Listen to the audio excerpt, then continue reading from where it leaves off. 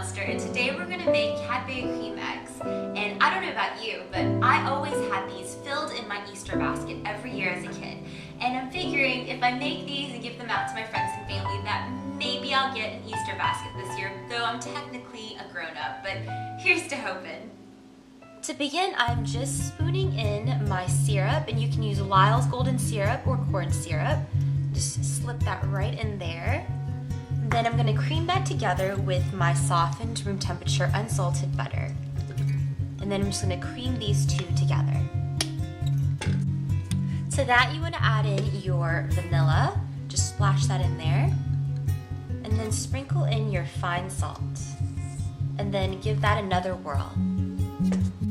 Then you want to begin sprinkling in your sifted powdered sugar, and just a little bit at a time, so just a little bit like that, and then blend, and then more powdered sugar, and then blend until everything comes together really nicely. So this is the consistency that you're looking for, very thick and stiff. It's kind of a consistency between thick buttercream and almost marshmallow fondant. Don't know how to explain it, but while we're working on the rest of the stuff, we're going to pop it into the freezer just so when you're handling it, it doesn't melt and it molds beautifully. So I'm going to take a part of this mixture, about a third, and I'm going to tint it yellow for the yolk, and I'll show you how to do that. So I took the majority of the mixture and set it aside in a separate bowl like this. I don't know if you can see, there's no room in my camera, but this is what it's there. I assure you it's in a different bowl.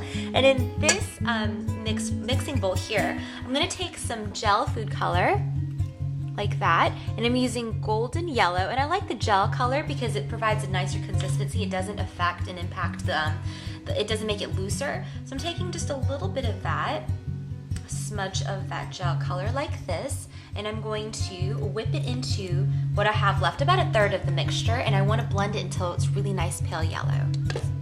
I've had my filling in the freezer for about 15 to 20 minutes just for it to set and be easier to work with, and I've greased my hands pretty well, just like this. And I want to take about 2 spoonfuls of my white mixture and just kind of set it aside like that. And then I want to take that same spoon and take out about 1 spoonful of the yellow yolk mixture. And then I want to take my palms and just kind of roll it into a ball just like this, and then set it aside, and then take my white mixture and then just kind of make a round rough patty of sorts, and then flatten it out. And it kind of feels like Play-Doh a little bit. It'll be reminiscent of like your childhood when you used to play with Play-Doh. Try to be quick with it, and then make an indentation with your thumb like that, and then tuck in your yolk, and then just kind of gather the edges, and then just kind of enclose it just like this. And then while you're working on the other ones, you want to pop this one into the freezer just for it to set up so you can dip it in chocolate. I have a plate lined with some wax or some parchment standing by so I can lay my dipped chocolate into it. And I'm just melting my bittersweet chocolate over a double boiler, which means just a couple inches of simmering water where the bowl is not touching the bottom. And you just slowly melt it, and this will give you an even consistent heat, or you can just zap it in the microwave in 30-second intervals until you get a nicely melted chocolate product like this. So what I'm going to do is take each of my formed eggs, and if you want to flatten it to make it look even more like an egg, that would be perfect, just like this. And I'm going to kind of gently lay it into the pool of chocolate. You can use a toothpick or you can just use a fork like I'm doing, and completely immerse it in chocolate just like this. You want to work pretty quickly, you don't want the product to melt. And then tap off the excess chocolate just like this, and then lay it on your parchment or wax and let it set. I love how certain foods can instantly transport you back to wherever you want to go.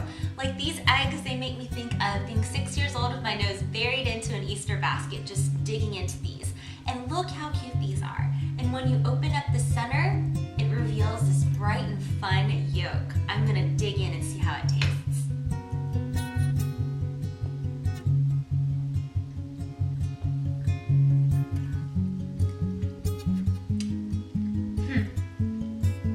It's nostalgia all over again.